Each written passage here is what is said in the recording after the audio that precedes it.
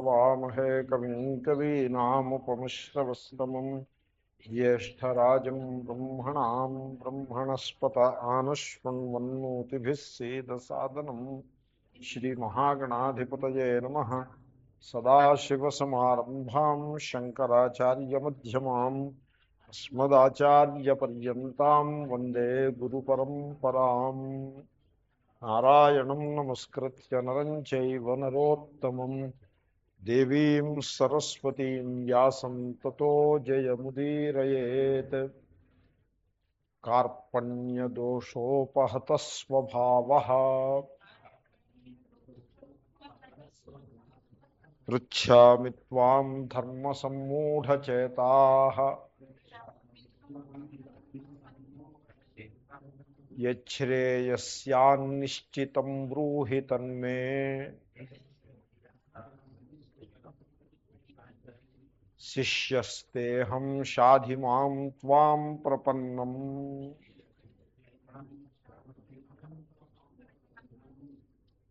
ఈ శ్లోకంలో అర్జునుడు తన యందు శిష్యభావాన్ని ఆవిష్కరించుకుని భగవానుని ఎదుట శరణాగతి చేస్తాడు. ఈ శిష్యుల్లో 3 రకాలు కనపడతారు. ఒకడు విద్యార్థి, 2 అంతేవాసి, 3 శిష్యుడు. 3 లెవెల్స్. విద్యార్థి అంటే విద్యను కోరువాడు. విద్య ఎవరికి అక్కర్లేదు, అందరికీ కావాలి విద్య. మీరు రోడ్డు మీద వెళ్ళేవాడిని ఏమన్నా ఆపి నీకు విద్య కావాలంటే కావాలనే అంటాడు.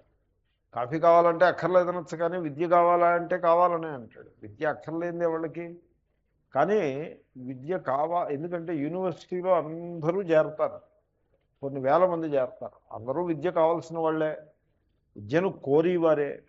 కానీ ఆ విద్య కోసమని తర్వాతి స్టెప్ తీసుకుని కష్టపడ్డం అన్నది అందరూ చేయరు. విద్యను కోరేవాడు విద్యార్థి. విద్యను కోరి ఆ విద్యను సంపాదించటం కోసం గురువు వద్దకు వెళ్ళి, that is the very first step. గురువు వద్ద మకాం పెట్టి అంతేవాసి, అది మేజర్ స్టెప్. అది నెక్స్ట్ స్టేజ్ ఆఫ్ గ్రోత్. అంతేవాసి, అంతే అంటే సమీపే వసతి, గురువుకి సమీపంలో ఉండడం. గురువుకి సమీపంలో ఉండడం అంటే హాస్టల్లో మకాం పెట్టడం, లేకపోతే పాఠానికి దగ్గరగా మకాం ఉండడం. జూబ్లీ హిల్స్లో మకాం ఉంటే పాఠం కుదరదు అనుకోండి. జూబ్లీ హిల్స్లో ఉంటే ఎక్కడ కుదురుతుంది? కాబట్టి కొంచెం లొకాలిటీ ఎలా ఉన్నా మనం పాఠానికి దగ్గరగా ఉండాలి. దట్ ఈజ్ అంతేవాసి. లేకపోతే ట్రాన్స్పోర్ట్ అరేంజ్ చేసుకోవటం, డిస్టెన్స్ ఏమైనా ఉంటే that you can cover easily అనే వ్యవస్థ చేసుకోవటం. 2-3 కలిసి ఆటో వాడిని మాట్లాడుకోవడం. నాతో కొంతమంది చెప్తూ ఉంటారు, మాకు రావడానికి ఉందండి కానీ రాలేకపోతున్నామని. నేను విని నవ్వి ఊరుకుంటాను. అప్పుడప్పుడు చెప్తాను కూడా, రావాలని ఉంటే రావచ్చండి అని కూడా అంటాను. అన్నప్పుడు అంటాను, లేనప్పుడు లేదు. ఏముంది, రావాలని ఉంటే రావచ్చు. Some circumstances I can understand. కానీ జనరల్గా ఇప్పుడు ఒక చోట నుంచి 10 మైళ్ళ దూరం, 10 కిలోమీటర్ల దూరంలో ఉన్నారనుకోండి, 2-3-4 ఒక గ్రూప్ కింద తయారై ఓ ఆటో వాడిని మాట్లాడుకుని వాడికి నెలకి ఇంత చొప్పున ఇస్తే వాడు చక్కగా ఆనందంగా తీసుకెళ్తాడు. ఈ ఆటో వాళ్ళు పిల్లల్ని, స్కూల్ పిల్లల్ని తీసుకురావట్లేదు. You have to invest some money and some time. నాతోటి ఒక అమ్మగారు ఉన్నారు, నాకు గీత అంటే మీ పాఠం అంటే చాలా ఇష్టం అండి, కానీ నేనున్న చోటు మీ క్లాసుకి అది నడిచి వచ్చి దూరము కాదు, బస్సు ఎక్కి దూరము కాదు. నేను ఇంకేం చెప్పను, మాట్లాడుకుంటున్నాను. ఓకే, అలాగే. కాబట్టి అంతేవాసి. సో అంతేవాసి ఎవడంటే one who is ready to invest some effort into that desire. జ్ఞానమునందు కోరుకుంటే చాలదు, ఆ కోరికని సాకారం చేసుకుందు కోసం నెక్స్ట్ స్టెప్ తీసుకున్నవాడు అంతేవాసి. Then comes the final step, surrender. శిష్య అది 3rd స్టెప్. శిష్యుడు అంటే శిక్షింపబడు, శిక్ష అంటే ట్రైనింగ్ అని అర్థం. శిక్షణ ఇయ్యబడువాడు. శిక్ష అంటే పనిష్మెంట్ కాదు. పనిష్మెంట్ కూడా దాని అభిప్రాయం ఏంటంటే రిఫార్మ్ అనే సెన్స్లో శిక్ష అంటే పనిష్మెంట్ అని అర్థం వచ్చింది. సో వాడిని హింస పెట్టడం అనే అభిప్రాయం కాదు అక్కడ, వాడిని రిఫార్మ్ చేయటం కోసం. సో శిక్షణ ఈయబడువాడు శిష్య. సో గురువు యొక్క అదుపాజ్ఞలలో ఉంటూ కనుసన్నలలో మెలగుతూ చక్కగా కష్టపడి చదువుకునేవాడు శిష్య. సో ప్రతివాడు శిష్యుడు అవ్వాలి. అప్పుడు వాడికి విద్య వంటపడుతుంది. కొంతమంది అంతేవాసులుగా ఉండి కాలక్షేపం చేసేస్తూ ఉంటారు. హాస్టల్లో జాయిన్ అయ్యి కాలక్షేపం చేసేస్తూ ఉంటారు. వేదాంత కోర్సులో జాయిన్ అయ్యి ఇటు అటు అల్లరి చిల్లరగా తిరుగుతూ కాలక్షేపం చేసేసి అయిపోతూ ఉన్న టైం అంతా అయిందనిపించేసి ఇంకప్పుడు రోడ్డు మీద పడ్డాం. సో అలా కాదు, గురువు దగ్గర ఉన్న సమయాన్ని సద్వినియోగం చేసుకుంటూ తన యందు ఒక డిసైపుల్ యొక్క లక్షణాన్ని ఆవిష్కారం చేసుకున్నవాడు శిష్య. సో అర్జునుడు ఆ పని మొట్టమొదటిసారిగా చేశాడు శ్రీకృష్ణుని ఎదుట. శ్రీకృష్ణుని యందు గురువును దర్శించాడు, తన యందు శిష్యుణ్ణి దర్శించుకున్నాడు. సాధారణంగా మనుషులు ఎలా ఉంటారంటే చదువుకునే టైం ఏదో 25 ఏళ్ల దాకానో ఎంతో ఉంటుంది, ఇంకా తర్వాత మనం చదవాల్సిందేం లేదు అనే ధోరణిలో ఉంటారు. అది చాలా తప్పది. మనం లాస్ట్ బ్రెత్ వరకు, అంటే ఆఖరి క్షణం వరకు జీవితంలో విజ్ఞానాన్ని సముపార్జించటానికే మనం ప్రయత్నిస్తూ ఉండాలి. ఆఖరి క్షణం వరకు కూడా ఆ పని చేయాల్సి ఉంది.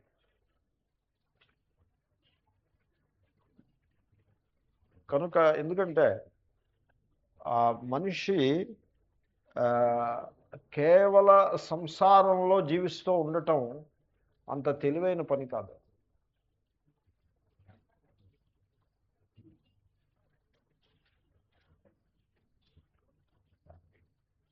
కేవలము సంసారం. కేవలము సంసారం అంటే ఏమిటి? అర్థకామమయమైన జీవితం. ఏవో కొన్ని కామనలు ఉంటాయి, ఏవో కొన్ని గోల్స్ పెట్టుకుంటాం లైఫ్లోనూ. ఆ గోల్స్ని సాకారం చేసుకునే కోసం కొంత ధనాన్ని అది సంపాదించి ఏదో ప్రయత్నం చేస్తూ ఉంటాం. సో అలాగా మొత్తం జీవితం అంతా అలా అయిపోకూడదు. జీవితాన్ని విజ్ఞాన భావనా ప్రపంచంలో జీవిస్తూ ఉండాలి. ఈ సాంసారికములైన పనులు ఏవో కొన్ని ఉంటాయి, ఏదో ధనార్జన, తర్వాత కుటుంబానికి సంబంధించిన వ్యవహారాలు, సమాజానికి సంబంధించిన వ్యవహారాలు, ఇవన్నీ ఉంటాయి. వాటితోటే జీవితం అయిపోయిందని అనుకోకూడదు. అవి చేసుకుంటూ వాటికి వినియోగించాల్సిన శక్తిని యుక్తిని వాటికి వినియోగిస్తూ మనము వాటికి అతీతంగా, వాటికంటే ఒక లెవెల్ ఎక్కువలో విజ్ఞానమయమైన జీవితాన్ని గడపాలి, భావనామయమైన జీవితాన్ని గడపాలి. హయ్యర్ ఇమోషన్స్ అంటే ప్రేమ, దయ, కరుణ, దానము, ధర్మము, ఇటువంటి హయ్యర్ ఇమోషన్స్ ఉంటాయి. ఆ లెవెల్కి ఎదిగి ఆ లెవెల్లోనే జీవించాలి. ఇంకా అంతకంటే హయ్యర్ లెవెల్ ఆత్మజ్ఞానము, తర్వాత విజ్ఞాన సముపార్జన, జీవితానికి సంబంధించినటువంటి విజ్ఞానాన్ని సంపాదించుకోవటము. సో ఆ రకంగా ఆ హయ్యర్ లెవెల్స్లో జీవించాలి. కానీ మరీ కేవలము డబ్బు సంపాదించుకోవడం, భోజనం చేయడం, సుఖాలు అనుభవించడం, ఇల్లు కట్టుకోవడం, వాకిలి ఇంతటితో సరిపెట్టేయకూడదు. అది పశుప్రాయమైన జీవితం అయిపోతుంది. అలా జీవించకూడదు. అవి అందరికీ అవసరం. ఓ లెవెల్లో వాటిని ఎంతవరకు చేసుకోవాలో అంతవరకు చేసేసుకుని వాటి నుంచి హయ్యర్ లెవెల్కి ఎదిగి జీవించాల్సి. కాబట్టి సో ఆ విధంగా ప్రతి వ్యక్తి కూడా తన యందు ఒక జ్ఞాన పిపాసన, ఒక జిజ్ఞాసను ఆవిష్కరించుకోవాలి. You have to choose to know. మనం ఈ జ్ఞానాన్ని సంపాదించాలి అనేటువంటి ఆ చాయిస్, అది ప్రతి వ్యక్తి కూడా మన జీవితంలో దాన్ని ఎక్సర్సైజ్ చేయాల్సి ఉంటుంది. సో అలా చేసిన వాడే శిష్య అంటారు. శిష్యస్తేహం. ఇప్పుడు జీవితంలో ధనం ఉంటుంది, ఇల్లు వాకిలి ఉంటుంది, అంగబలం, అర్థబలం ఉంటుంది, పెద్ద లోగిళ్ళు అన్నీ ఉంటాయి, కార్లు, నౌకర్లు, చాకర్లు అన్నీ ఉంటాయి. అన్నీ ఉండి ఈ వ్యక్తి వెళ్ళి వయస్సులో ఉంటాడు, 60 ఏళ్ళలో ఎంతో ఉంటాడు. ఇతను వెళ్ళి ఓ భిక్షువు దగ్గర కూర్చుని ఏవేవో విషయాలను తెలుసుకుందామని ప్రయత్నం చేస్తున్నాడు అంటే దాన్ని బట్టి మీకు ఏమర్థమైంది? సో జీవితం అంటే కేవలము భోగభాగ్యములు మాత్రమే కాదు. కేవలము అంతే అయితే మరి అవన్నీ అతనికి ఉండనే ఉన్నాయి. అయినా కూడా అవన్నింటినీ కొంతసేపు అయినా పక్కన పెట్టి వెళ్ళి ఓ మహాత్ముడి దగ్గర కూర్చుని జీవితానికి సంబంధించినటువంటి ఒక తత్వాన్ని అన్వేషించే ప్రయత్నం చేస్తున్నాడంటే there is something in it. కాబట్టి ప్రతి వ్యక్తి కూడా చదువుకున్న వాళ్ళు ప్రధానంగా ఒక ఉన్నతమైన స్థాయికి చేరి మానసికంగా ఆ భావనా ప్రపంచంలో జీవించాలి, విజ్ఞాన ప్రపంచంలో జీవించాలి, కానీ కేవలము అన్నమయ కోశంలో జీవించకూడదు. అన్నమయ కోశం అంటే physical body. So I am what the physical body is అనే లెవెల్లో జీవించకూడదు. అది చాలా పశుప్రాయమైన జీవితం.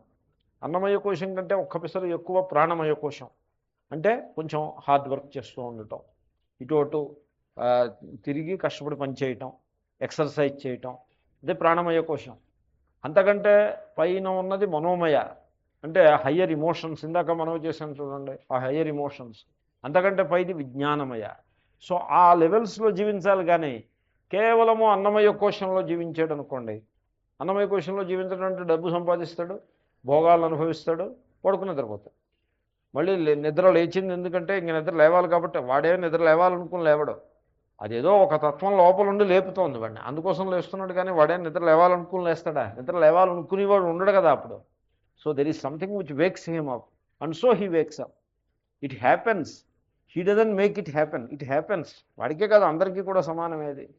కనుక సో కేవలం నిద్ర లేచాడు కాబట్టి ఇంకా ఏదో తినడము, తాగడము, లేకపోతే డ్యాన్స్ చేయటం, ఇలాగా డబ్బు వీటన్నిటికీ డబ్బు కావాలి కాబట్టి డబ్బు సంపాదించడం, డబ్బు సంపాదించాం కాబట్టి భోగాలను అనుభవించడం, భోగాలు అనుభవిస్తున్నాం కాబట్టి డబ్బు సంపాదించడం. అంత మాత్రంతో జీవితాన్ని సరిపెట్టేస్తే అది అన్నమయంతో సరిపెట్టేయటం అది పద్ధతి కాదు. కాబట్టి ప్రతి వ్యక్తి కూడా తన యందు శిష్యత్వాన్ని ఆవిష్కరించుకోవాలి. అర్జునునంతటి వాడు సర్వసమర్థుడు, రాజకుమారుడు, యుద్ధం అంటూ నెగ్గినట్లయితే చాలా అధికారంలోకి రాబోయేవాడు, సో శస్త్రాస్త్ర సంపన్నుడు, అన్ని గొప్ప లక్షణాలు ఉండి తనలో ఒక శిష్యత్వాన్ని ఆవిష్కరించుకున్నాడు. Everybody has to make this discovery. శిష్యస్తేహం. తర్వాత శరణాగతి. శరణాగతి అంటే అది మనకి విస్తారంగా వస్తుంది ఎదుర. సో ఇక్కడ అర్జునుడు ఒక శిష్యునిగా గురువు ఎదుట శరణాగతి చేస్తున్నాడు. ప్రపన్నం అంటున్నాడు. షాధిమాం త్వాం ప్రపన్నం, నిన్ను శరణు వేడుతున్నాను, నన్ను నీవు రక్షించవలసినది. శరణు అంటే ఆ శబ్దానికి అర్థం ఏంటంటే శరణం గృహరక్షిత్రోహ ఇత్యమరహ అని అమరనిఘంటువుది. శరణ శబ్దానికి అర్థం ఏంటి? శరణము, అది సంస్కృతంలో. తెలుగులో శరణు అంటూ ఉంటారు, డజంట్ మ్యాటర్. సో శరణ శబ్దానికి అర్థం గృహము, రక్షకుడు. రక్షిత అంటే రక్షకుడు. సో మనము గృహము అంటే ఈ ఇటకలతోటి సిమెంటుతోటి కట్టిన గృహము, అది ఎలాగూ శరణ శబ్దం చేతను వాడతారు, అది అర్థం ఉన్నది. బట్ గృహము అంటే the emotional level where the person lives, అదే అక్కడ శరణ శబ్దానికి అర్థం. కాబట్టి ఇప్పుడు మనం ఇల్లు కట్టుకుంటాం, ఇల్లు కట్టుకుని we feel comfortable about it. అక్కడ it is the emotional comfort that we are talking about. నిజానికి అద్దింట్లో ఉంటే మీకు ఆ కంఫర్ట్ ఉండదు, స్వంత ఇంట్లో ఉంటే కంఫర్ట్ ఉంటుంది. ఎంతోమంది అంటారు పెద్ద బిల్డింగులో, మంచి మోడర్న్ బిల్డింగులో అద్దెకు ఉండడం కంటే పాకైనా సరే స్వంత గృహంలో ఉండడం మేలు అని ఆ ఫీలింగ్ ఎరుగుదురు కదా మీరు. సో ఒక ఫ్లాట్ ఒకటి కొనుక్కుని దాంట్లో ఒంటి రాటతోటి ఒక పాక వేసుకుని దాంట్లో నేను ఉంటాను, స్వంత గృహంలో ఉంటాను అని అంటాడు. అంటే ఇక్కడ గృహము అంటే ఇటుకలోను సిమెంటు కాదు. గృహం అంటే, గృహము అంటే ఇది నేను, నాది అనే భావన అది. So psychological stability. So psychologically he feels comfort, he discovers a comfort within himself. That's why it is called శరణం. కొంతమంది ఉన్నారనుకోండి, మాకు సొంత ఇల్లు వద్దని మేము అద్దెంట్లోనే ఉంటామని వాళ్ళు నిర్ణయం చేసేసుకుంటారు. They are comfortable with that also.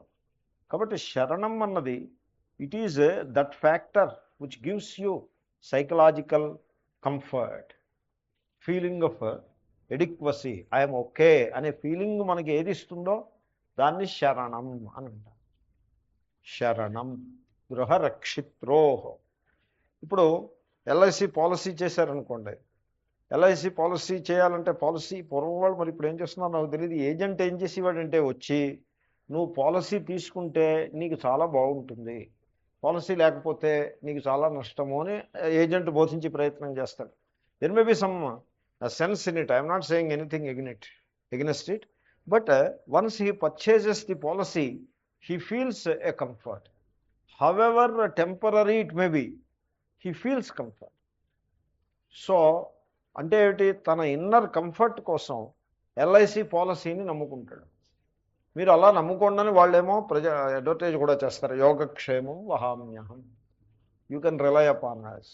అంటే ఇప్పుడు మనం దేన్ని శరణు వేడినట్టు, ఎల్ఐసి పాలసీని శరణు వేడి. సో ఇది హ్యూమన్ నేచర్ అలా ఉంటుంది. Because human nature wants some support to feel comfortable with in. ఆ సపోర్ట్ లేకపోతే they cannot feel comfortable. So అంచేతనే ఇప్పుడు మీ బస్తీలో ఒక గోండా గారు ఉన్నారనుకోండి, ఆయనతోటి మీరు మంచి స్నేహం అంటే రోడ్డు మీద వెళ్ళేప్పుడు hi hello how are you అని ఆ లెవెల్లో ఫ్రెండ్లీ లెవెల్లో ఉన్నారనుకోండి, and there are some other people who do not know him or he doesn't care to say hello to them, అప్పుడు obviously you feel more comfortable in that బస్తీ because of your association with that gentleman. ఒకప్పుడు ఆ gentleman మీద ఏదైనా police case వేశారనుకోండి, అప్పుడు you feel the opposite, మన involve చేస్తాడేమో వీడైనా, అలాగంటే డిస్కంఫర్ట్ కూడా ఫీల్ అవుతాం. కాబట్టి ఈ విధంగా that factor which gives that inner comfort, that is the శరణ. ఇప్పుడు మానవుడు సాధారణంగా ధనాన్ని శరణు వేడుతాడు. నా దగ్గర ఓ మూట ఉంటే నేను కంఫర్టబుల్గా ఉంటాను అని అనుకుంటాడు. అనుకుని మూటను సంపాదిస్తాడు. తీరా మూట వచ్చిన తర్వాత ఆ కంఫర్ట్ చాలా టెంపరవరీగా ఉంటుంది. అలా వస్తుంది, మళ్ళీ మాయమైపోతుంది, మళ్ళీ పోతుంది, మళ్ళీ మామూలు. ఒకప్పుడు ఆ మూట డిస్కంఫర్ట్ని పట్టుకొస్తుంది. డబ్బు ఉంటే రక్షణ అంటారు. డబ్బు ఉంటే రక్షణ, లేకపోతే మరి ఆపోజిట్. మీరు ఏదైనా ₹1,00,000 జేబులో పెట్టుకుని రోడ్డు మీకు వెళ్తే తెలుస్తుంది రక్షణ ఆపోజిట్. ఇప్పుడు మీరు హాయిగా నిద్రపోతున్నారు, మీకు లాటరీ వస్తే ఇంకా అప్పటితో మీకు ఆ నిద్ర ఆఖరు, ఇంకా నిద్రపోలేరు. మీరు నిద్రపోవాలంటే బయట గన్మ్యాన్ ఒకటి నిలబడితేనే మీరు లోపల నిద్రపోగలుగుతారు. కాబట్టి శరణం అన్నట్టుగా అనిపిస్తుంది.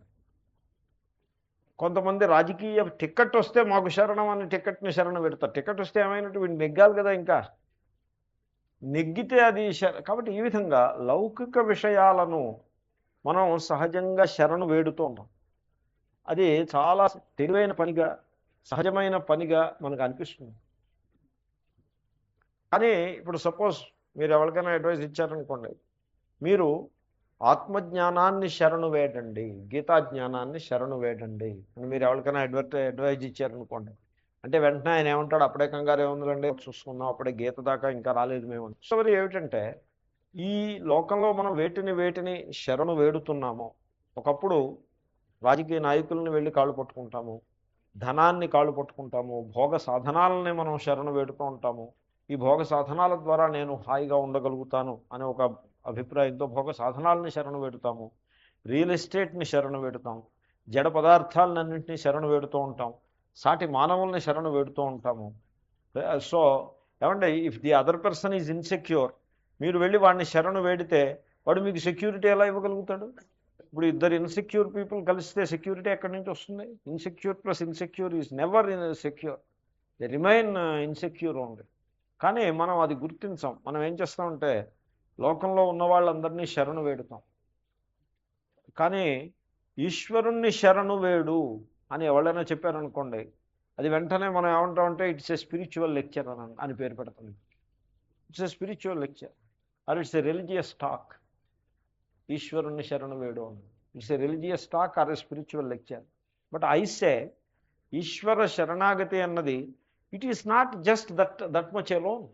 అదేదో రిలీజియస్ డిస్కోర్సును స్పిరిచువల్ టాక్ కాదు అది. ఈశ్వర శరణాగతి అన్నది it is the most practical way of leading daily life. This is a discover. సామాన్యమైన విషయంలో చాలా చాలా చాలా కఠినమైన విషయం. ఎంత కఠినమైందంటే మేము శరణాగతి చేస్తామని అంటూ ఉంటారు, ఊరికే అలా పైన అంటారు. అది ఊరికే వొకాబులరీ. మనకి వొకాబులరీ ఉంటుంది. అంటే ఆ పదాలని పట్టుకుంటాం, మనం పట్టుకుని ఆ పదాలతోటి మనం సంతృప్తి పడుతూ ఉంటాం. ఆ పదాన్ని ఉచ్చరించి you feel as if you have understood.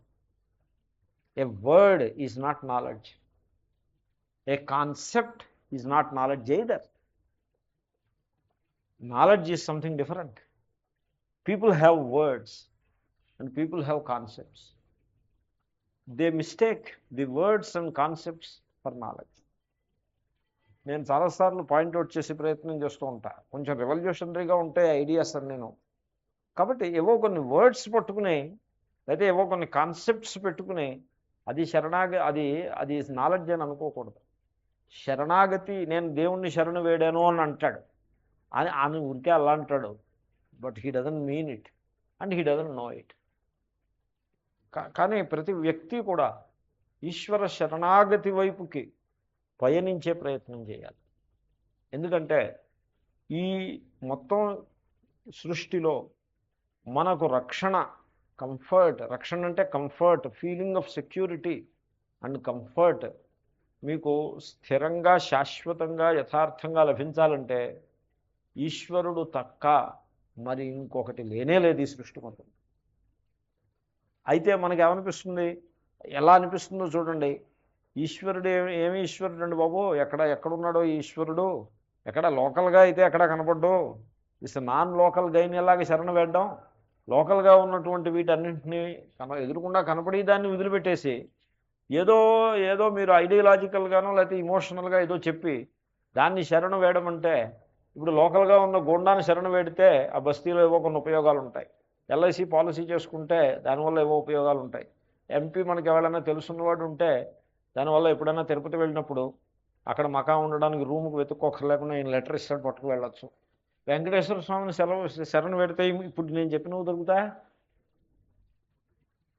కాబట్టి లోకల్గా ఉండేవి ఏవో చూసుకుని వాటిని శరణు వేయడమని అది మనకి ఎవరో చెప్పక్కర్లేదు, తెలుస్తూనే ఉంటుంది. ఇవేమీ నిజమైనటువంటి రక్షణ కాదని, వాస్తవమైన రక్షణ ఈశ్వర శరణాగతిలోనే ఉంది అని తెలుసుకోవడానికే చాలా చాలా చాలా వీడు ఉన్నతిని సాధించాల్సి ఉంటుంది. అసలు ఆ కాన్సెప్ట్ అండర్స్టాండ్ అవ్వటమే చాలా కఠినమైన విషయం. ఎందుకంటే ఒకటి ఎదురుకుండా కనపడుతోంది, ఈ కనపడుతున్నది మిథ్యా అని తెలుసుకోవాలి వీడు. కంటికి కనపడకపోయినా ఉన్నది అది మాత్రమే. సో ఇప్పుడు ఇక్కడ ఇంతమంది ఉన్నవాడు ఒక్కడు మాత్రమే అని గ్రహించడం అంటే అదేమీ సామాన్యమైన విషయం కాదు. ఆ గ్రహింపు స్లోగా one has to acquire it, and Arjuna seems to have acquired it. He has not at really acquired. వాడు అధికంగా ఎక్వైర్ చేసేసాడంటే యథార్థమైన శరణాగతి చేస్తే ఇంక ఏ బోధ అక్కర్లేదు, వాడి జ్ఞానే. కానీ అర్జునుడు ఇంకా జ్ఞాని కాదు కదా, శరణాగతి చేశానని అంటున్నాడు. He has taken the first step towards శరణాగతి. సో షాధిమాం త్వాం ప్రపన్నం. తర్వాత కార్పణ్య దోషోపహత స్వభావ అన్నాడు. తనలో ఉండే దోషాన్ని ఒకటి గుర్తిస్తున్నాడు. ఆ దోషం ఏమిటి? కార్పణ్యము. ఏ దోషాన్నైతే సంజయుడు కృప అని వర్ణించాడో దానిని అర్జునుడు కార్పణ్యము అని వర్ణించుకుంటున్నాడు. సో ఎందుకంటే ఎప్పుడు కూడా మనలో ఉన్న గుణాన్ని మనం సద్గుణంగానూ చెప్పచ్చు, దానిలో దోషయుక్తంగానూ కూడా చెప్పచ్చు. సో అది ఆ సందర్భాన్ని బట్టి ఉంటుంది, దృష్టికోణాన్ని బట్టి ఉంటుంది. ఒకడు తల వంచుకుని వెళ్ళిపోతున్నాడు అనుకోండి, వినయశీలి అనొచ్చు, మితభాషి అనొచ్చు. లేకపోతే పక్కన నేను ఉన్నానని తెలిసి కూడా తలెత్తి కూడా నాకేసి చూడలేదు, పొగరుమోతు అని కూడా అనొచ్చు. కనుక సందర్భాన్ని బట్టి దృష్టికోణాన్ని బట్టి ఒక స్థితిని మనం వర్ణించడానికి అవకాశం ఉంటుంది. అర్జునుడు మొట్టమొదట ఏమనుకున్నాడంటే ఇదంతా కృప అనే అనుకున్నాడు, కృపాక్రమం అనే అనుకున్నాడు. వీళ్ళందరి మీద నేను దయ చూపిస్తున్నాను, అంచేతనే నేను యుద్ధాన్ని నుంచి వెనుదిరిగే ప్రయత్నం చేస్తున్నాను అని అనుకున్నాడు. కానీ అతనికే అర్థమవుతోంది, at the same time he is understanding it himself. ఏమిటంటే ఇంతదాకా వచ్చి అందులో శ్రీకృష్ణుడు క్లైబ్యం ఆస్మగమహ అని చెప్పిన తర్వాత అకీర్తికరం అర్జున అస్వర్గ్యం అనార్యజుష్టం, నువ్వు తీసుకుంటున్నటువంటి స్టెప్ చాలా పొరపాటు స్టెప్ అని చెప్పిన తర్వాత ఆయనకి అర్థమైంది, there is something wrong in my approach. ఇప్పుడు ఒక పని చేద్దామని మొదలుపెట్టి ఆ పని సడన్గా మానేస్తే ఆ మానేస్తాడే కానీ ఆ కంఫర్ట్ రాదు. ఇప్పుడు ఆ ఇంట్లో అమ్మగారు అన్నం వండడానికి మొదలుపెట్టారు, ఫుడ్ తయారు చేయడానికి మొదలుపెట్టారు. లోపల ఏదో మాట వచ్చో లేకపోతే కోపం వచ్చో లేకపోతే ఉక్రోషం వచ్చో నేను వంట వండను అని ఆ గెరిటని గిన్నె కింద పారేశారు. Will she be able to remain comfortable by not cooking? No. మళ్ళీ ఏదో సరే ఇంక నాకు తప్పదులే, ఇది ఎన్ని తిట్టుకున్నా ఏమైనా నాకు తప్పిది కాదని మళ్ళీ ఆ గిన్నె ఆ గెరిట తీసుకుని మళ్ళీ ఎసరు వేసి మళ్ళీ వంట చేసి ఏదో ఏడవండి, ఇదిగో వండి పారేసాను, మీ ఏడుపు మీరు ఏడవండి అని ఆ పని చేస్తే కానీ మనసుకి ఉత్సాహం, షీ కెనాట్ బి కంఫర్టబుల్. ఎందుకంటే she knows that it is her duty, somehow she is doing it, she loves to do it. ఇప్పుడేదో వాడేదో మాట అన్నాడు కాబట్టి తేడా వచ్చింది, కానీ normally that is the right thing to do అని she knows it. So for negative factor ఒకటి బలంగా ముందుకు వచ్చేప్పటికీ కోపం మీద ఉక్రోషం మీద గిన్నె విసిరేసిన మళ్ళీ ఆ గిన్నె తీసుకుని ఆ వంట పూర్తి చేస్తే కానీ అమ్మగారికి విశ్రాంతి ఉండదు, మానసికమైన విశ్రాంతి ఉండదు. సో అలాగే అర్జునుడికి ధనస్సు కింద పారేసిన there is something wrong in it, I have to stand up and fight అని వాడికి తెలుస్తూనే ఉంది. కానీ మళ్ళీ ధనస్సు చేత్తో పట్టుకుందామంటే చేతులు వణుకుతున్నాయి, చేతులకి పట్టు కూడా దొరకట్లేదు. ఆ స్థితిలో ఉన్నాడు. మనం చూసాం కదా, జ్వరం వచ్చిన వాళ్ళ ఉన్నాడు. కాబట్టి తనలో ఉన్నటువంటి దోషాన్ని గుర్తించాడు. కార్పణ్యము అని పేరు పెట్టాడు ఆ దోషానికి. కార్పణ్యము అంటే కాయర్ అంటే పిరికితనము అని అర్థం. లోభము. ఎప్పుడు లోభి ఎప్పుడు పిరికివాడుగా ఉంటాడు. ఎందుకంటే లోభికి తన జేబులో ఉన్న డబ్బులు జారిపోతాయేమో అనే భయంతో ఉంటాడు ఎప్పుడు కూడా. వాడు ఎప్పుడు లోభి ఎప్పుడు అన్కంఫర్టబుల్గానే ఉంటాడు. ఎందుకంటే he is very unsure, he doesn't want to spend money. Therefore ఆ మనీ వల్ల వచ్చే కంఫర్ట్ ఏదైతే ఉందో అదంతా కూడా వాడు దూరంగానే ఉంటుంది. వాడికి ఆ కంఫర్ట్, మనీ డబ్బు ఖర్చు పెట్టడానికి సంసిద్ధంగా ఉన్నవాడికి కంఫర్టబుల్గా ఫీల్ అవుతాడు. కానీ డబ్బు దాచుకోవాలి కానీ మనం ఖర్చు పెట్టకూడదు అంటే వాడు లోభి అయిపోయి వాడు చాలా అన్కంఫర్టబుల్ అయిపోతాడు, పిరిగితనం వచ్చిపోతుంది. సో నాలో కూడా ఈ కార్పణ్యము అనే దోషం వచ్చినది. ఉపహత స్వభావ. స్వభావం ఏమిటి? యుద్ధం చేయటం. అర్జునునికి స్వభావం యుద్ధం చేయటం. కానీ ఈ పిరికితనము, రక్తం చిందుతుందేమో అనే భయము, పితృదేవతలకి తద్దినాలు అవి ఉండవేమో అని ఇదొక ఫ్యాక్టరు, ఇలాంటివన్నీ కలిసి అతని యొక్క సహజ స్వభావమైనటువంటి ఆ యుద్ధ వీరత్వాన్ని పాడు చేసి పెట్టే. సో కార్పణ్య దోషోపహత స్వభావ ధర్మ సమ్మూఢచేతా. యుద్ధం చేస్తే రక్తం చిందుతుంది, తలలు నరకాల్సి వస్తుంది, నిలువున మనిషిని కోల్చాల్సి వస్తుంది, నేల గోల్చాల్సి వస్తుంది. ఇదంతా ఈ రక్తపాతం అంతా అధర్మమేమో అనిపిస్తుంది. But at the same time తాను యుద్ధవీరుడు, తన వాళ్ళని ప్రొటెక్ట్ చేయాల్సినటువంటి పూచి తన మీద ఉంది. ఇది ధర్మయుద్ధము. దీంట్లో నిలబడి యుద్ధం చేసి తన పరాక్రమాన్ని చూపించి దుష్టులైనటువంటి దుర్యోధనాదులకు శిక్ష వేసేటువంటి సందర్భం కూడా ఉన్నది. క్షత్రియ వీరునిగా అది అతని డ్యూటీ. కాబట్టి డ్యూటీ ఇటు లాగుతోంది, అటు లాగుతోంది. What to do? ధర్మ సమ్మూఢ చేత. ఇటు చేయాలా అటు చేయాలా అని ఒక పెద్ద సంకటంలో పడిపోయాడు, వ్యామోహంలో పడిపోయాడు. కాబట్టి శ్రేయ యత్. సో ఇది సందర్భం. ఇక్కడ ఈ శరణాగతిని, ఈ శ్లోకాన్ని, ఇక్కడ ఉన్న శ్లోకం ఇది శరణాగతి శ్లోకం కదా, సరిగ్గా ఇదే అభిప్రాయాన్ని ఉపనిషత్తులో ఒక ఉపనిషత్తులో చెప్పారు. శరణాగత్యుపనిషత్తు అని అనొచ్చు. సో ఇది శ్వేతాశ్వతర ఉపనిషత్తులో మంత్రం, యో వై బ్రహ్మాణం విదధాతి పూర్వం యో వై వేదాంశ్చ ప్రహిణోతి తస్మై తగుంహదేవమాత్మబుద్ధి ప్రకాశం ముముక్షుర్వై శరణమహం ప్రపద్యే అనే ఆ మంత్రం. ఇక్కడ ఉన్న ఈ మంత్రం ఇట్ రిజంబుల్స్ దట్, ఈ శ్లోకం ఇట్ రిజంబుల్స్ దట్ మంత్ర. శాధిమాం త్వాం ప్రపన్నం శరణమహం ప్రపద్యే. అవన్నీ ఆ వర్డ్స్ అన్నీ కూడా వర్డ్స్ వృత్తంతో సహా, లంబా వృత్తం కదా, జస్ట్ కోయిన్సైడ్స్. అక్కడ శరణాగతి ఎలా ఉందంటే, ఇప్పుడు చూడండి, నిర్గుణ పరబ్రహ్మ మాయాశక్తి యందు ప్రతిఫలించి సగుణ ఈశ్వరుడైనది. సగుణ ఈశ్వరుడు అంటే హిరణ్యగర్భుడు. ఆ సగుణ ఈశ్వరుడే జగద్రూపంగా ప్రకటమైనాడు. కాబట్టి ఏ పరబ్రహ్మ అయితే మొట్టమొదట సగుణ ఈశ్వర రూపంగా ప్రకటమై ఆ సగుణ ఈశ్వరుని నుండి వేద జ్ఞానం రూపంగా ప్రకటమైనదో యో వై వేదాంశ్చ ప్రహిణోతి తస్మై. ఎందుకంటే పరబ్రహ్మ శుద్ధ చైతన్యం. చైతన్యము యొక్క ఎక్స్ప్రెషన్, అభివ్యక్తి ఎలా ఉంటుంది? జ్ఞానము, ఆనందము ఆ రూపంగా ఉంటుంది. సో అంచేతనే మొట్టమొదట దట్ కాస్మిక్ పర్సన్ అంటే శక్తి స్వరూపుడు. తర్వాత వేదము అంటే జ్ఞానము. సో మొట్టమొదట ప్రకటమైనటువంటి మొట్టమొదటి ఎఫెక్ట్, కార్యం ఏమిటంటే, కార్యబ్రహ్మ అంటారు. అదేమిటంటే జ్ఞానము శక్తి రెండింటి యొక్క సమ్మేళనము. సర్వజ్ఞానము సర్వశక్తి, లేకపోతే అనంత జ్ఞానము అనంత శక్తి, ఈ రెండింటి యొక్క సమ్మేళనము. ఆ విధంగా ఆ పరబ్రహ్మ ప్రకటమైనది. ఆ సమ్మేళనానికే మనం దేవుడు అని పేరు పెట్టాం, ఇంకా ఏవేవో పేర్లు కూడా పెట్టచ్చు. సో ఆ విధంగా ఆ ఈశ్వరుని రూపంగా ప్రకటమై, ఇప్పుడు ఆ అప్పుడు అలా ప్రకటమైతే, జగత్తు రావడానికి ముందు అలా ప్రకటమైతే, తర్వాత ఆ ఈశ్వరుడి నుంచే జగత్తుంతా ఆవిర్భవిస్తే, ఇప్పుడు ఆ ఈశ్వరుడు ఎక్కడున్నాడు? తగుంహ దేవం ఆత్మబుద్ధి ప్రకాశం.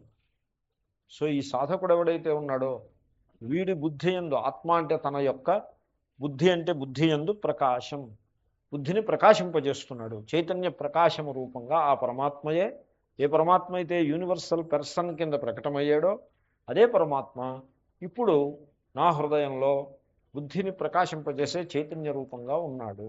తమ్ ఆత్మబుద్ధి ప్రకాశం. అటువంటి పరమేశ్వరుణ్ణి ముముక్షుర్వై శరణమహం ప్రపద్యే, మోక్షమును కోరి, సంసార బంధము నుండి విముక్తిని కోరి నేను శరణు వేడుచున్నాను అని మంత్రం. అక్కడ ఆ సగుణ పరబ్రహ్మ ఈశ్వరుడి స్థానంలో శ్రీకృష్ణుడు నిలబడి ఉన్నాడు. ఇక్కడ ఈ సందర్భంలో ఆ శరణు వేడుతున్నాను అనే ఒక సాధకుడు అన్నాడు ఉపనిషత్తులో. ఆ సాధకుడు ఈ సందర్భంలో అర్జునుడు. కాబట్టి మీరు శరణు వేడేప్పుడు లోకల్గా ఉండేటువంటి ఫ్యాక్టర్స్ అని శరణు వేడుతారా, లేక ఈ ఫ్యాక్టర్స్ అన్నీ ఏ ఈశ్వరుడి నుంచి ఆవిర్భవించినవో ఆ ఈశ్వరుణ్ణి శరణు వేడుతారా? అంటే నామరూపాలను శరణు వేడుతారా, నామరూపాలకు అతీతమైనటువంటి సత్యాన్ని శరణు వేడుతారా? అంటే దుర్బలమైన మనస్సు గలవాడు నామరూపాలనే శరణు వేడుతూ ఉంటాడు. నామరూపాలని శరణు వేడిన ప్రతి సందర్భంలోనూ వీడికి ఎదురు దెబ్బ తగిలి నిరాశే మిగులుతూ ఉంటుంది. అయినా ఆ నిరాశ నుంచి అప్పటి నుంచి వాడు నేర్చుకోడు. వాడు ఈ నామరూపాలను విడిచిపెట్టి మరో నామరూపాలు పట్టుకుంటాడు. ఈ మినిస్టర్ని పట్టుకుంటే ఉపయోగం లేకపోయింది, వాడిని పట్టుకుంటే ఉపయోగం ఉంటుందేమోనో, ఏదో మొత్తానికి something or the other. So ఈ విధంగా మనిషి తన యొక్క సుఖము ఆనందము అనేవి అల్టిమేట్గా ఈశ్వర శరణాగతి ఎందు ఉన్నది అనే సత్యాన్ని తెలుసుకోవటానికి చాలా కష్టం అవుతుంది మనిషికి. చిత్రం ఏంటంటే, కొంతమంది ఇండియాలో ఉండగా పాఠాలు అవి, గీతా పాఠాలు అవి ఇక్కడ అవుతూ ఉంటాయండి. ఇక్కడ దేనికి వెళ్ళరు, అమెరికా వెళ్తారు, అక్కడ పాఠానికి వస్తారు.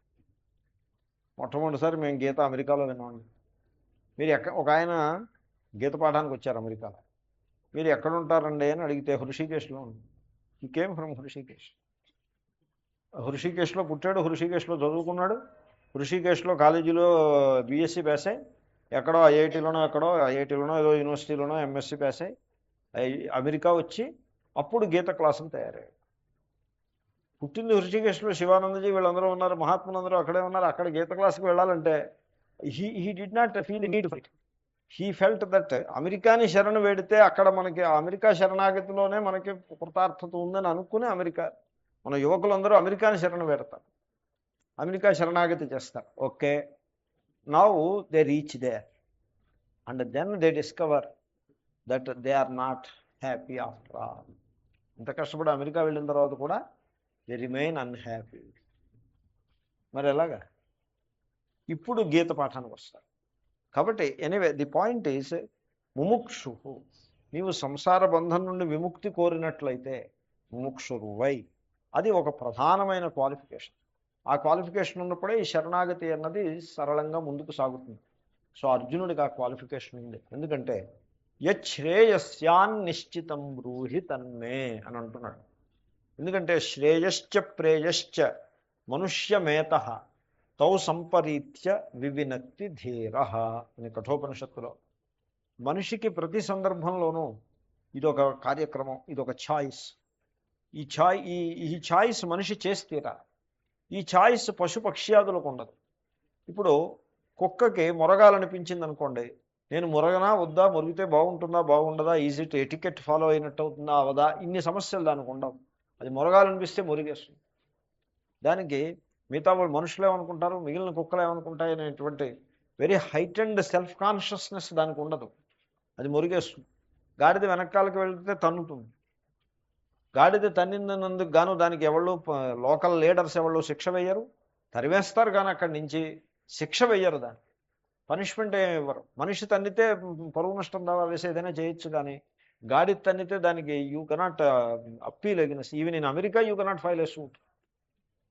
ఇక్కడ మాటలు అమెరికాలో కూడా సూట్ ఫైట్ చేయడానికి వీలు ఉండదు. సో ఎందుకంటే they don't have a choice. Choice మనకే ఉన్నది. మనకి ప్రతి సందర్భంలోనూ ఛాయిస్సే. వంకాయ కారం పెట్టి కూర ఉండాలా, కాకరకాయ కూర ఉండాలా, ఇదో ఛాయిస్. కాకరకాయ కూర ఆరోగ్యానికి మంచిదే కానీ రుచి బాగుండదు. వంకాయ కారం పెట్టి కూర రుచిగా ఉంటుంది, ఆరోగ్యం ఏమో చెప్పలేము. ఇప్పుడు ఏం చేయాలి? ఇదో ఛాయిస్. ఇది శ్రేయస్సు ప్రేయస్సు. ఈ విధంగా ప్రతి స్టెప్లోనూ ఛాయిస్సే. వాకింగ్ ఎక్సర్సైజ్కి వెళ్ళాలనుకుంటాడు, అదే టైంలో ఎవరో బంధువులు రావడమో లేకపోతే ఏదో టీవీలో మంచి సినిమా వస్తూ ఉండడమో ఏదో ఇలాగొచ్చి ఓన్లే దీని పని రేపు చూడొచ్చులే ఈ వాకింగ్ అనుకుంటాడు. అలా సరెండర్ అయిపోయాడంటే వాడి ఎక్సర్సైజ్ ఎన్నడూ ముందుకు వెళ్ళదు. సో ఎవ్రీ స్టెప్ శ్రేయస్సు ప్రేయస్సు, హితము ప్రియము. హితము అంటే మంచి చేసేది, ప్రియము అంటే ఆకర్షణీయంగా కనబడేది. మనుష్యులకి ఆకర్షణ అనేది చాలా ప్రధానమైన అంశం. ఆకర్షణ, ఈ ఆకర్షణ అనేది ఎంత హాని కలిగిస్తుందంటే, ఇప్పుడు మనకి ఫుడ్ కలర్స్ అని ఉన్నాయి. నాకు this is one thing which I fail to understand. Food colours అని ఉన్నాయి అంటే ఫుడ్ ఐటమ్స్ అన్నింట్లోనూ కలర్స్ వేస్తారు. ఈ colour is not a food item. Colour is only appearance కోసమే ఉంటుంది. ఇప్పుడు జిలాబీలో వాళ్ళు ఏం చేస్తారంటే ఎల్లో పౌడర్ వేస్తారు. ఈ జిలాబీ తయారు చేస్తారు, వాడు వేసే ఆ yellow powder it is a band food additive. It is not good for health. ఈ డైస్ ఉంటాయి, వీటిని గోడలకు వేస్తే శుభం, కానీ కడుపులో ఉండే ఆ ఇంటెస్టైన్స్కి ఆ కలర్స్ మంచిది కాదు. కానీ అవి వేస్తారు. ఎందుకంటే అవి వేసి అది మిలమిల్లాడుతూ పచ్చగా ఉంటేనే వీడు కొంటాడు. అది దాని నార్మల్ కలర్లో ఉంటే వీడు కొండదు. అంచేతనే మీకు మిఠాయిలు చూడండి, పచ్చటివి, అక్కడక్కడ పచ్చవి, అక్కడక్కడ ఎర్రవి, మామూలుగా శనగపిండి కలర్ కాకుండా ఈ పసుపు ఎరుపు అక్కడక్కడ ఉంటుంది. ఎక్కడైనా మిఠాయిలో పసుపు దాన్ని నార్మల్ కలర్ కాకుండా green colour, yellow, red colour ఇలాంటివి ఉన్నాయంటే మీరు ఆ మిఠాయి టచ్ చేయొద్దు. ఎందుకంటే that green colour, what is this green colour? మిఠాయి గ్రీన్గా ఉండడం ఏంటండి? మిఠాయి రెడ్గా ఉండడం ఏంటి? మిఠాయి ఆరెంజ్ కాదు, అది క్రిమ్సన్ కలర్, దానికి అది ఎక్కడి నుంచి వచ్చింది అంటే వాడు వేసాడనమాట పట్టుకో. సో అలాగే సరే, సందర్భం వచ్చింది కాబట్టి చెప్పేస్తున్నాను. ఈ స్వీట్ మీద ఈ సిల్వర్ ఫాయిల్ అని పెడతాడు. అది సిల్వర్ ఫాయిల్ కాదు. అదే వాళ్ళే అంత పిచ్చోళ్ళు ఏంటి మీ చేత సిల్వర్ తినిపించడానికి? మీకు ఎప్పుడు తోచలేదు? వాడు సిల్వర్ ఫాయిల్ అంటాడే కానీ అది it may not be silver అని తోచలేదు. గోల్డ్ ఆభరణాలు కొంటారు, అది ప్యూర్ గోల్డ్, అది దాంట్లో ఇంకా ఏవో కలవో, రాగి అవి కలుస్తాయో కలవా? మరి అటువంటిప్పుడు సిల్వర్లో కూడా ఏదో కలుస్తుందని మీకు ఎందుకు అనిపించదు? నిజానికి దాంట్లో లెడ్ ఉంటుంది. lead is a poison. In fact, lead is such a horrendous poison it is, so much so the tetraethyl lead, which is an anti-knocking agent of petrol, is banned. ఎందుకంటే పెట్రోల్లో లెడ్ వేస్తే 1% వేస్తారు, అది fumes వస్తాయి. ఆ fumes పీలిస్తే బాడీలో settle అయిపోతుంది lead, అది హాని కలిగిస్తుంది. అందుకోసం బ్యాన్ చేశారు దాన్ని.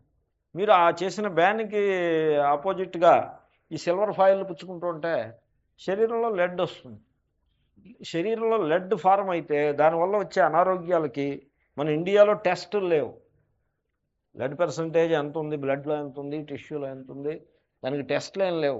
దాన్ని అసలు డాక్టర్కి డౌటే రాదు ఇది లెడ్ పాయిజన్ అని. వాడికి తెలియడం కష్టం. ఒకవేళ తెలివైన డాక్టర్ అయితే ఇది లెడ్ పాయిజన్ అయి ఉంటుందని వాడికి డౌట్ వస్తుంది. డౌట్ వస్తే ఎలాగా? You have to test for lead. Lead ఎంత ఉందో, పీపీఎం, పార్ట్స్ పర్ మిలియన్ ఎంత ఉందో టెస్ట్ చేయాలి. టెస్ట్ చేయాలంటే శాంపుల్ తీసుకుని జర్మనీ పంపించాలి. జర్మనీ నుంచి రిపోర్ట్ వస్తుంది 15 రోజుల తర్వాత. అప్పుడు లెడ్ పాయిజన్ అని తెలుస్తుంది. అప్పుడు దానికి అమెరికా నుంచి ఇంపోర్ట్ చేసిన మందులు వేసుకోవాలి. ఏమిటి ఇదంతా ఏమిటంటే సిల్వర్ ఫాయిల్ ఆకర్షణ ఇదంతా. ఒకప్పుడు ఈ పెట్రోల్ ఫ్యూమ్స్లో లెడ్ ఉండేది, దానికి మనం ఏం చేయలేం. పెయింట్స్లో లెడ్ ఉంటుంది, సరే దానికి మనం ఏం చేయలేం. మరి దీనికి?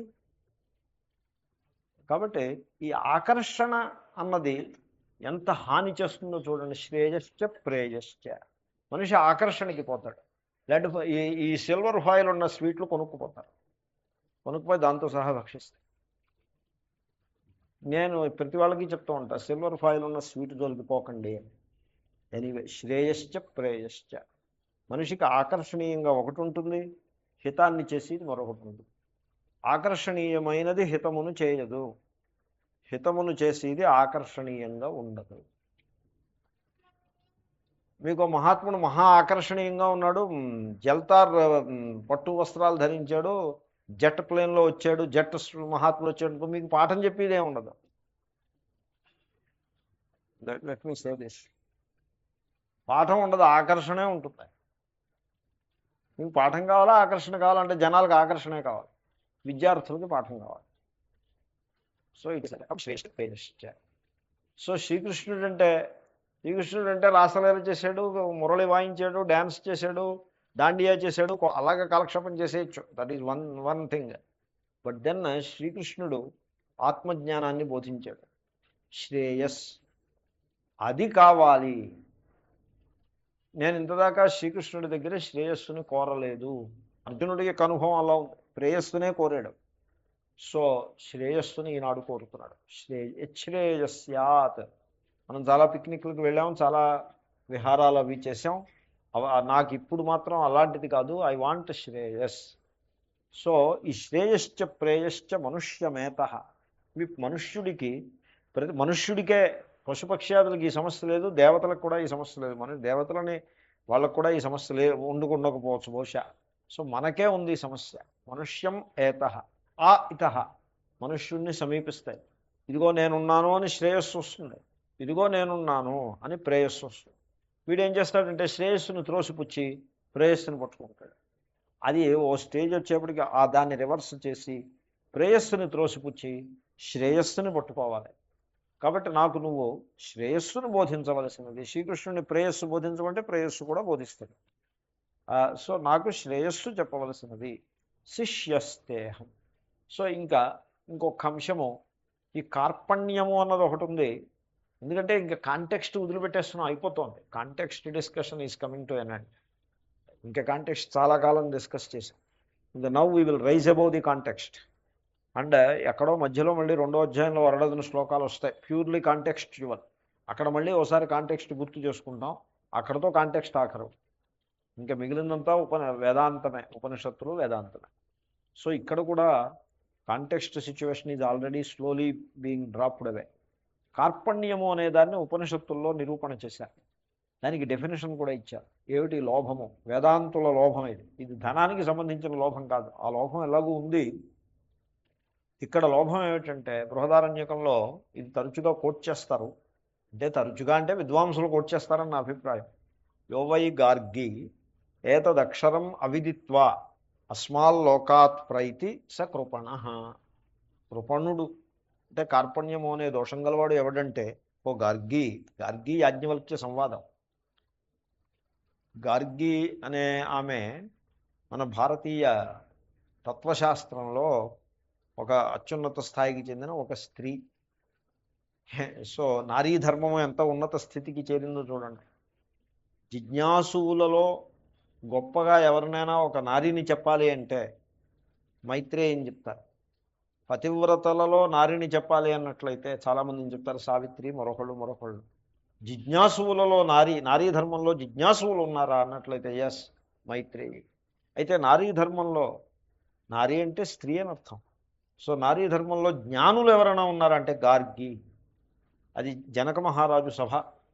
అక్కడ అందరూ మహర్షులందరూ గుమిగూడి ఉన్నారు, సమావేశమై ఉన్నారు. జనకుడు చక్రవర్తి, జ్ఞాని. సో ఆ సమావేశంలో యాజ్ఞవల్క్యుని యొక్క సామర్థ్యం ఎంతటిది, ఇతడు ఎట్టి మహాత్ముడు అనేటువంటి ప్రసంగం వస్తే అయితే ఈ సంగతి ఎవళ్ళు తెలుస్తారు? యాజ్ఞవల్క్యుని ఎవరో 2-3 ప్రశ్నలు వేస్తే తెలుస్తుంది కదా. ఆ ప్రశ్నలు ఎవళ్ళు వేస్తారు? ఆయన ఇచ్చిన సమాధానాన్ని బట్టి ఆయన యోగ్యుడు అని ఎవళ్ళు, who is going to recommend that అంటే అందరూ కలిసి ఏకగ్రీవంగా గార్గికి అప్పచెప్తారు ఆ పని. ఆవిడ ఉంది అక్కడ.